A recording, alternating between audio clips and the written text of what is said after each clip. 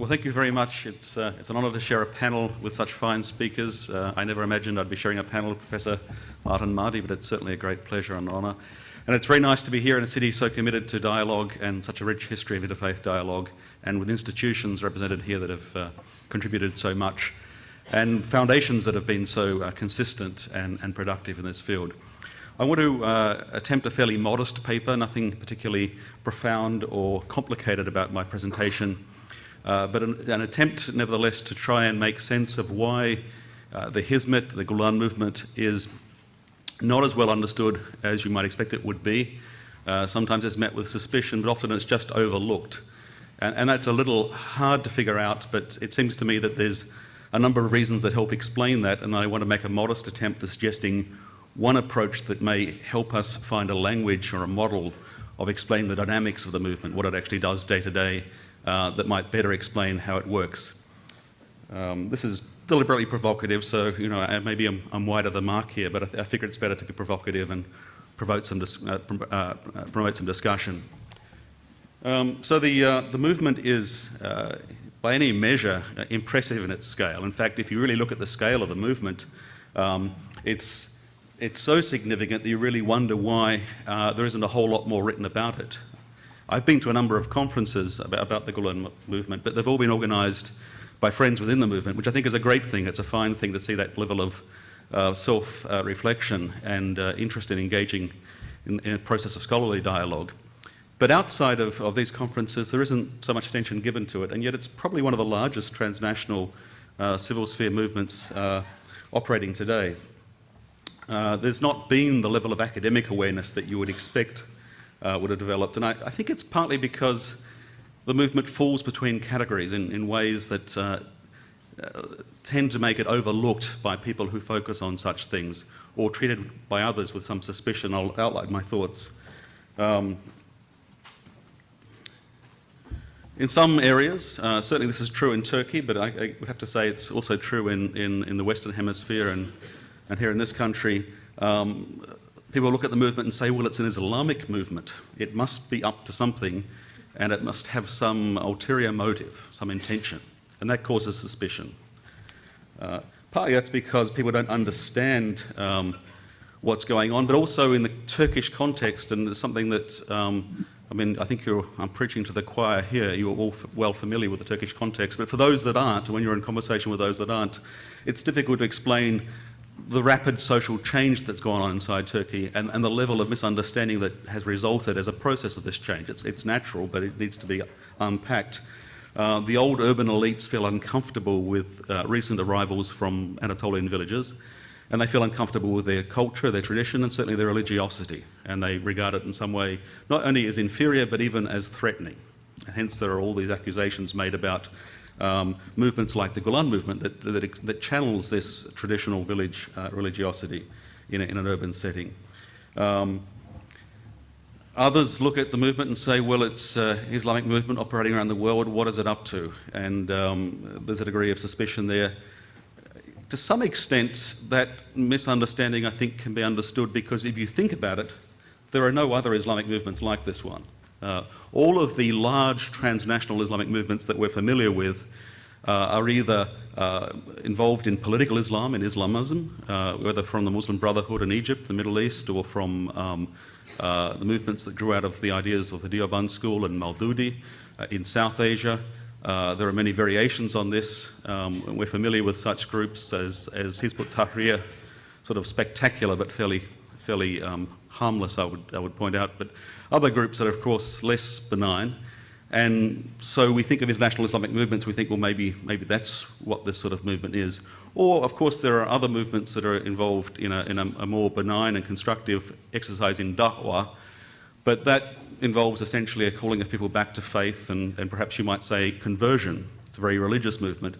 Now, in some respects, you might describe the Gulen movement as being a da'wah movement, but it's not calling people to conversion. It's not a traditional da'wah movement by any means, and it's certainly not an Islamist movement. It's unique. It's unquestionably, in my opinion, a progressive movement. It looks to the future with optimism and hope, even though it draws at the same time on the traditions of the past.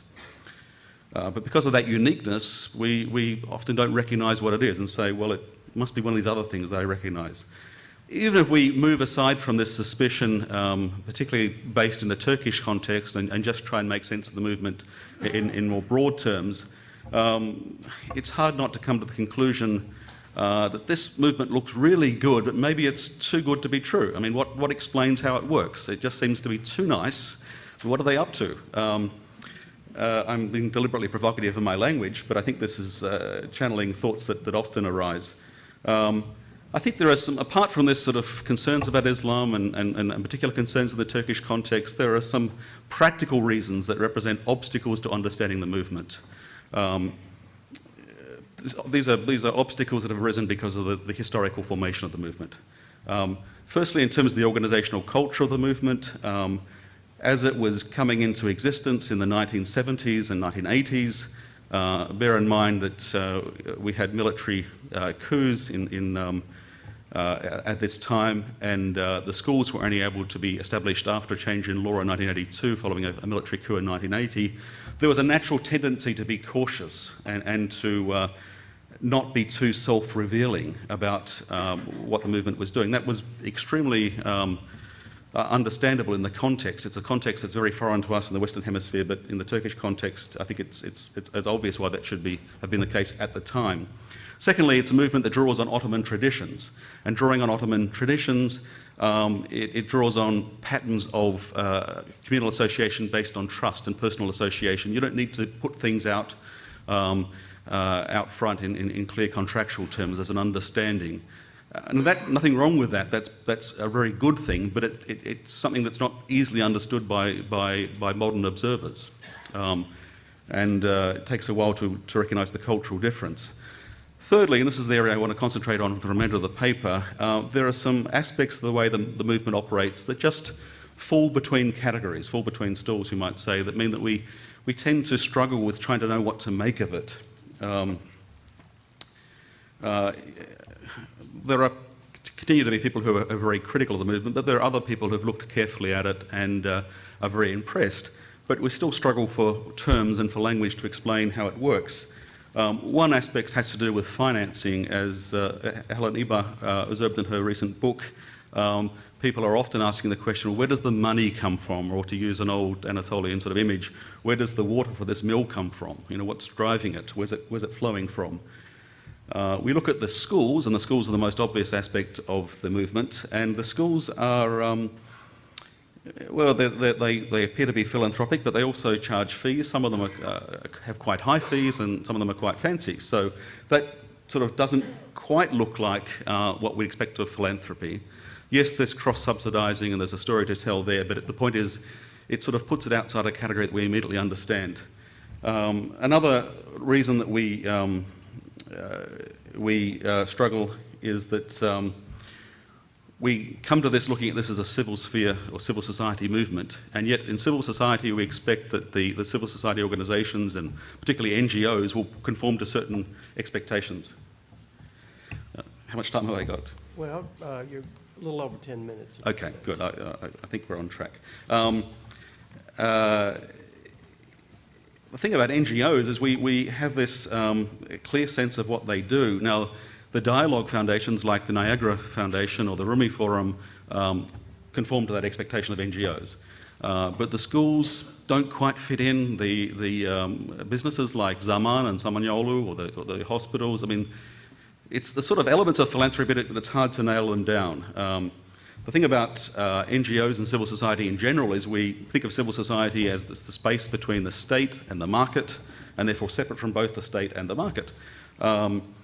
We accept that NGOs need to spend money. That's part of the whole model of philanthropy through NGOs. But we understand them expending capital but not generating capital. That causes us to stumble, and we say, well, that can't really be an NGO because they're charging fees. They're making money. It's a business. We look at the educational activities, and this is the key contribution of the movement, and struggle to try and know how to define them. We look at Fethullah Gulen himself, and it's difficult to know what to make of him. I would suggest the thing we need to understand is that he's not claiming to be a theological innovator. He's certainly a significant intellectual, but he's not making a claim of new ideas. What he is doing, though, and he's very modest, so he doesn't make this claim, but what he is doing is he's found a way of providing concrete pathways to activism for ordinary people. The plumbing supply business operator that Tom spoke about this morning in the southeast of Turkey, who's involved with schools in Africa, wouldn't have been able to do what he's doing without somebody providing the pathway. Obviously, there's no immediate connection. Somebody made that connection. And the particular genius, I think, of Fethullah Gulen is the way in which he's provided these pathways to activism. But we struggle to make sense of the activism because it's so much tied up with business. And we don't quite recognise that kind of activism when it has such a close association with business. I mean, there are reasons why we should, but we have a blind spot here.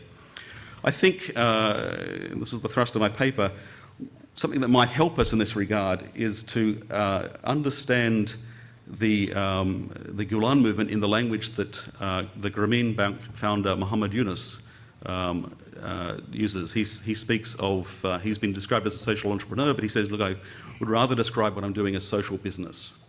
And I'll give you some quotes from him to introduce his ideas. Perhaps you're familiar. I'm not suggesting an exact parallel here. I'm just suggesting that if we look at Yunus's idea of social business, it can help us get a better sense of how the movement activities actually function.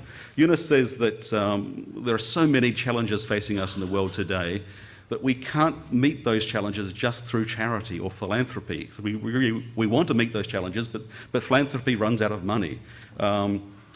What we must do instead is find a way of self-sustaining businesses, starting businesses very deliberately to meet social needs, but on a basis of them becoming self-sustaining. That way, there's not an endless drain on resources, and we can multiply this very quickly. And that's been the experience of the Grameen Enterprise Group in Bangladesh, not just the bank, but many other businesses. I think he's proven this point. His books, if you look at them, are delightfully naive and romantic. You might dismiss them, except the man's proven in practice that this works. And I think that this social business model maps over very neatly into describing particularly the Gulen-inspired schools, but many of the other activities as well. The key thing being that this insight that to really do the social good that you want to do and to reach out and meet the social needs you want to meet, you need to find a method that's ultimately self-sustaining, that is not dependent upon continuous injections of capital.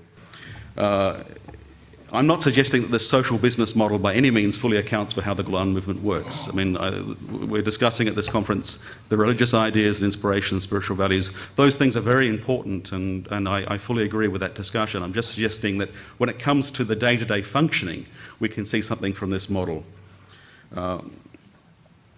It also helps us better understand some other activities in the Western Hemisphere that we've perhaps in the past not thought as being comparable with the Gulen movement activities. You're probably aware that Muhammad Yunus won a Nobel Prize in 2006 for his work with Grameen Bank, and that sort of given him a certain profile. He had a second book on the Grameen enterprises come out in May this year. And I think it's useful because he's got that profile and because he's proven these ideas to perhaps draw upon this language and model to see whether it's a good way of explaining the movement. I'll give you a couple of quotes from Yunus. I won't read them to save time, just because he's not so familiar to us. The key point here is he's making a distinction between the broad range of social entrepreneurship, which has been discussed for decades now, and the particular idea that he has a social business. He says that what he's doing is social entrepreneurship, but it's a particular form. It's this not-for-profit, self-sustaining business model. I think beyond the financial models, there's other things that Fethullah Gulen and Muhammad Yunus have in common. And I don't want to press this too far, but it seems to me, although they're very different people in very different spheres, they have some similar convictions about human society and human nature. And one of them is they both have a very strong sense of hope. Hope has gone temporarily out of fashion in America, but let's hope it comes back quickly. Because it's a very powerful and creative human response. They look to society and they see the chance for things to be better. They're confident that this can be possible if you make the right opportunities. And so they see people as being poor or held back, not because they're destined to be that way or because they're incapable. It's a lack of opportunity. So providing opportunities can transform societies. Yunus says that the poor are like trees planted in a little pot that have become bonsai'd, not because of their intrinsic qualities, but because of the constraints of being root-bound. And he says on human nature, I believe that Fethullah Gulen shares a similar outlook here, an outlook of hope, that human beings have a natural inclination towards goodness. If you want to put it in dramatic terms, they're fundamentally good, given the right circumstances. If you give them the right opportunities, the right structures, you can draw out the best in them.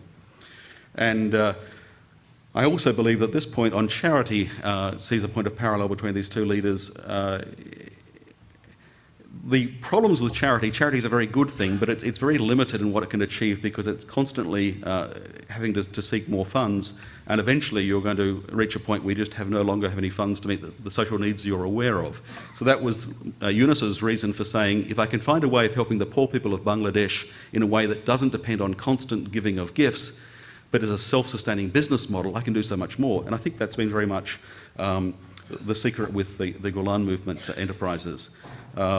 The power of social business, Yunus says, is to endlessly recycle money. It gives it a potential far greater impact than even the best-run charity. Hard to argue with that, given his track record. Hard to argue given the track record of the Gulen movement.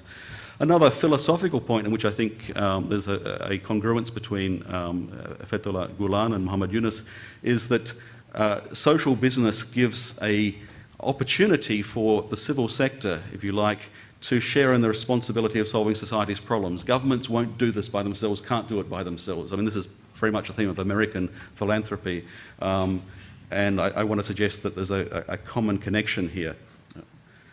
I mentioned that the particular genius of Fethullah Gulen is providing this immediate pathway to engage a plumbing supply owner in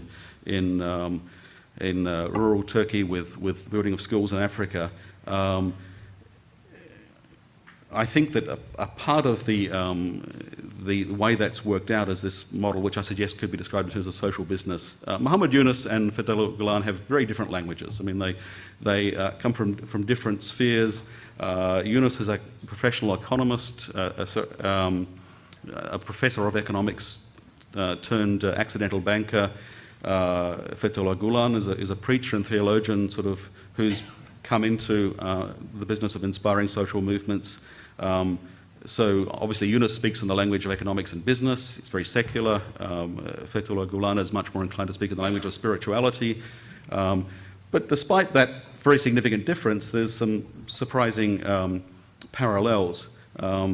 Yunus is working closely with very poor rural people, and Fethullah Gulen is mostly reaching out to people who are urban-based and educated. And reaching out in a way that involves spiritual terms and language, different from Yunus. Despite these very strong and significant differences, there's, I think, surprising parallels. There's much that these two leaders share in common. My main point here is to say that the model of social business could be a way of understanding the Gulen movement enterprises, but I think it's also significant that it's not just the model, it's also perhaps the vision and the mindset that shaped it. I don't think that Muhammad Yunus and Gulen have ever met, and I suspect they don't know much about each other. I don't doubt that Fethullah Gulen is well aware of the Grameen Bank story, but it's unlikely they've ever exchanged any contact. And yet it's interesting that coming from very different perspectives, they've arrived at I think, a common point in the way that we address the needs of society. I think that, this is my final slide, you'll be glad to know, I think that there's rich potential here to explore this. I think that some aspects of what I'm suggesting might be provocative, and you can see all sorts of reasons for suggesting that these two things are not comparable. But I'd suggest that there's enough that's comparable here that we could find a way of speaking about civil society activism that engages with the market and perhaps even engages to some extent with the state and challenges our understanding about civil society, about NGOs, about philanthropy, about religious philanthropy, that gives us a better way of explaining what the Gulen movement is doing, but also helps us recognise points of commonality between what the Gulen movement has done in recent decades and what we've seen here in America, for example, with religious philanthropy in centuries past. I think there's much more in common than people yet recognise. Thank you.